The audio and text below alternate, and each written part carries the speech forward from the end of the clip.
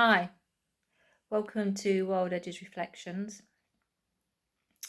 Um, so this week on my reflections,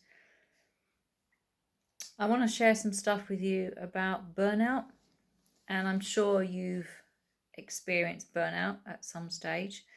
I used to think burnout was something you got once, and that was it, and you just came out the other side of it. A bit like having a cold, maybe.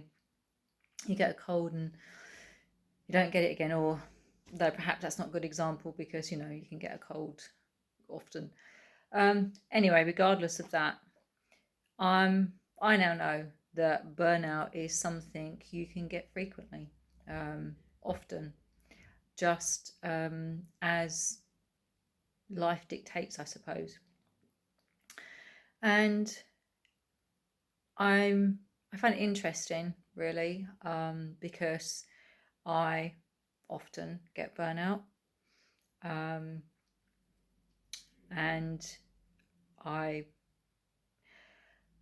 I've not learned to not be affected by it. It just is. But I think what's important is the recovery from it. How we learn to come back from having a burnout session, and even recognizing when we know burnout's going to happen. We can sort of push and push and push ourselves, and sort of keep going and think, not really recognizing our limitations. And that overwhelm comes, and then things just build up and more and more and more, and burnout happens. And I'm sure, like me, you don't necessarily have to be even overwhelmed with work or any family situations to be experiencing burnout right now. There is a hell of a lot going on in this world, and it is so overwhelming. It is so disheartening, and I personally have found it to be defeating. So a lot of the things I do, the work Wild Edges does, I've wondered if it's worth it. What's the point? Just from the sense of even just struggling with everything that the government's doing right now. And, basically the crux of it is just don't feel like anything's worth it, feel like everything is against us. And me, if you like, against me.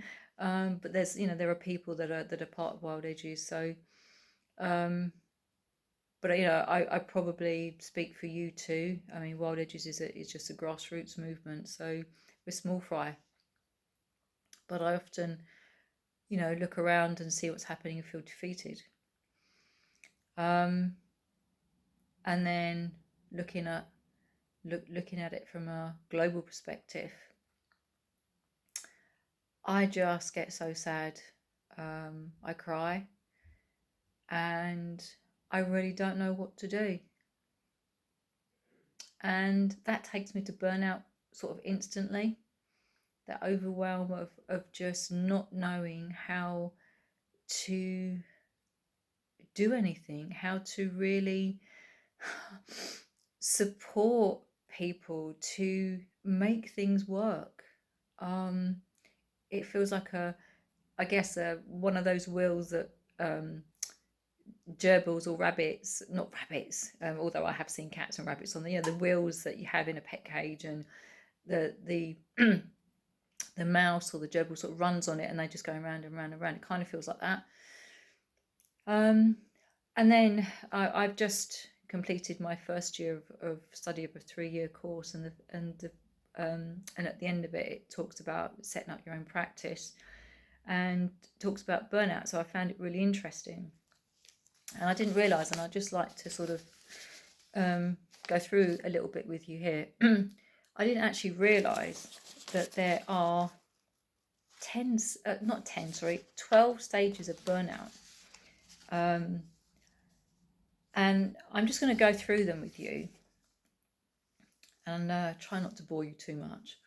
So first of all, so this is all part of the study that I'm doing. It comes from Herbert Freudenberger and Gail North, who divided the process leading to burnout syndrome into 12 phases. And it says that the phases do not necessarily follow in sequence in any individual. So I guess we all experience it in different ways. So I'll just briefly run through these with you. So the stage 1 is compulsion to prove oneself.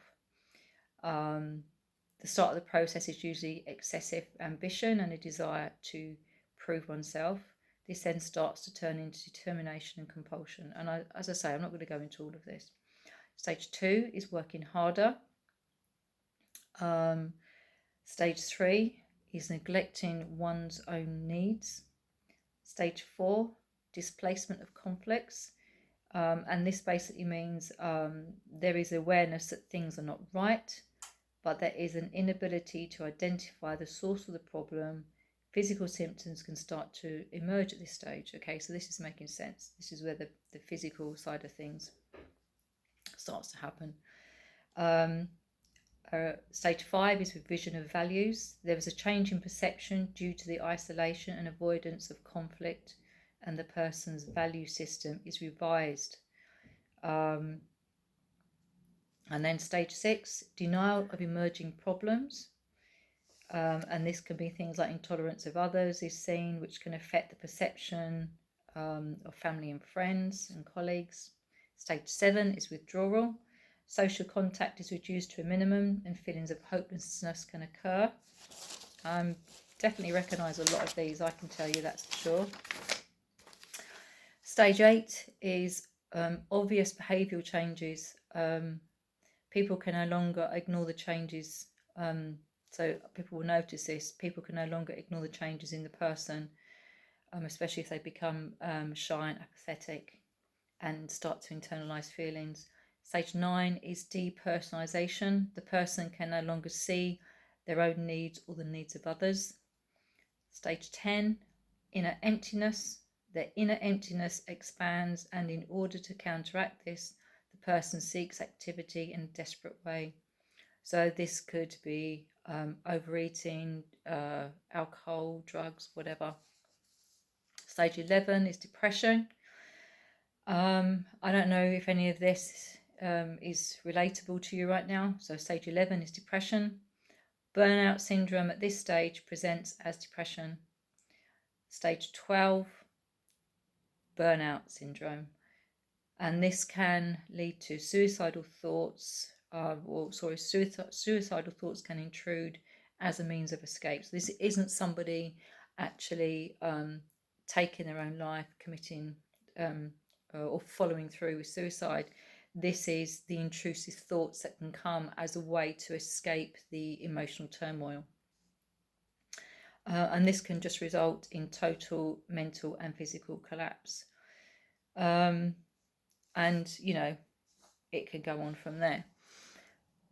So I found that really interesting. I didn't know there were 12 stages of burnout, but I have to say I have experienced quite a lot of those. So that's going to really help me now more to identify those different stages and where I'm at with that. But what I found permaculture has helped me to do is really to identify some of these things actually without realizing, as I say, there were stages. So I found that interesting, just reflecting on things this week with everything that's going on and the overwhelm of feeling defeated, just in, personally, and then with the work that we are doing, and then just from the studying that I'm doing, and just how it all kind of blends together. And then it made me look at my permaculture practice, and that I am grateful for understanding the holistic nature of it and understanding about circles of concern and influence. So knowing that there's all I can do is what's within my power to do. And gosh, I was hoping to, have a bit of a light-hearted approach to this, but I guess, and actually that's quite important, because what so this is actually, I'm making the connections here now. So what I'm learning to do is to bring in things to myself, to my inner landscape, if you like. I'm trying to bring in things that can help lighten how I'm feeling. So just trying to bring in playfulness and laughter in whatever way. So I will just do something really silly at any given time, and if it makes Ian laugh, if it makes anyone around me laugh, that makes me feel better, because then I'm probably going to laugh too. And I am by no means dismissing anything that is going on, but I think if we don't learn to find a way to cope with what's happening around us, as I say, whether that's on a personal and local level, or whether that's on a global level, whether we can do anything about influence any of them, only you can know about that. But sometimes we're still going to get that burnout. So bringing in things that are important to our well-being, that means we can ground ourselves in whatever way that might be.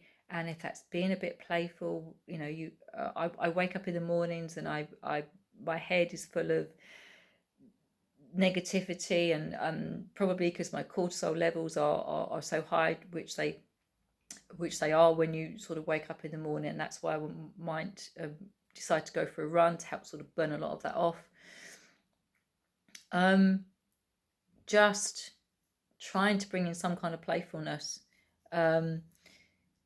and letting that child come out, I suppose. And yes, it is so overwhelming, and yes, my God, it is enormous. It is so enormous. But in order to keep going, to find that balance within life, for those of us who are doing things to support people, to make the world a better place, to change the narrative, I think we have to find a way to not stop the burnout, but to come back from it. And that's finding people around us that can help and support us, but allowing that playfulness to come in, to find a way to laugh, cry. I do a lot of crying. For me, it's quite cathartic, and I was told by a therapist a long time ago that actually, don't feel bad about crying, because it lets a lot of stuff out. It can clear your head if you get brain fog. It's a way just to clear. Think of it as emptying a glass of water out, and you're just emptying out the gunge, and then you can sort of fill it up again. So recognizing when you're going to get burnout and trying to just kind of nip it in the bud and slow that process down is so important. And finding ways to bring the essence of life and love into our lives is really, really important. And understanding the circles of concern, and knowing when there are things that we can actually make a difference. Or let me rephrase that, knowing when there are things that we can actually do something about to make a difference. I personally can't go off and do anything about the global issues. I can only do what I can do locally that, I don't know, might influence that in some way, supporting people locally to talk about these things, to come together. Sometimes just sharing celebration about being together and knowing that we are all here to support each other. So anyway, this is my reflections for this week. I don't know if it's helped you. Hopefully it's helped you to understand a little bit more about burnout at least. And I hope that you are taking care of yourself, and that you're doing everything in your power to support yourself and to support those people around you and work together. So I love you, and I leave you for this week of reflections, and take care. Bye bye for now.